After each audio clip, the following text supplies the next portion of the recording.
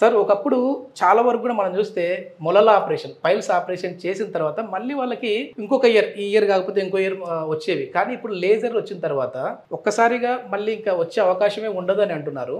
కానీ మనం తీసుకునే డైట్ని బట్టి కూడా ఇవి మళ్ళీ రిపీట్ అయ్యే అవకాశం ఉంది అని చెప్పేసి కొన్ని ఆర్టికల్లో చదివాను. నిజమేనా అండి? నిజమే అండి, కరెక్ట్ అండి. మనం చూసుకుంటే సర్జరీ టెక్నిక్స్ అనేవి చాలా ఇంపార్టెంట్ అండి. మనం దాదాపు ఒక 7 years నుంచి నేను ఈ ప్రాక్టీస్ చేస్తున్నాను. సో లేజర్ టెక్నిక్స్ అనేవి ఒక్కొక్క డాక్టర్ ఒక్కొక్క టెక్నిక్ చేస్తూ ఉంటారు. బట్ మనం చేసే స్టాండర్డ్ టెక్నిక్ ఏదైతే ఉందో ఈ స్టాండర్డ్ టెక్నిక్లో రికరెన్స్ రేట్ వచ్చే అవకాశాలు 100% ఉండవు. ఓకే, చేసే టెక్నిక్ని బట్టి ఉంటుంది. ఒక్క ఫిస్టులాలకు చూసుకుంటే కనుక ఒక 70 to 80% సక్సెస్ రేట్ ఉంది. ఆ 20-25% కూడా పేషెంట్ చేతిలో ఉంటుంది.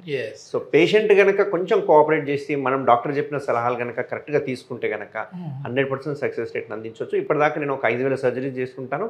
ఇప్పటివరకు మనకు ఒక్కటి కూడా ఫెయిల్యూర్ రేట్ అనేది లేదు. ఫిస్టులాలో ఖచ్చితంగా 1-2 ఫెయిల్యూర్ అవుతూ ఉంటాయి. ఎందుకంటే అది కాంప్లెక్స్ ఉంటుండొచ్చు, కొన్నిసార్లు సెకండ్ సిట్టింగ్ అవసరం పడుతుండొచ్చు. కాబట్టి బట్ ఫిషర్ పైల్స్ చూసుకుంటే 100% సక్సెస్ రేట్ నేను ఇవ్వగలుగుతా. బట్ ఇక్కడ మోస్ట్ ఇంపార్టెంట్ ఏంటంటే పేషెంట్ సైడ్ నుంచి కూడా కోఆపరేషన్ చాలా ఇంపార్టెంట్.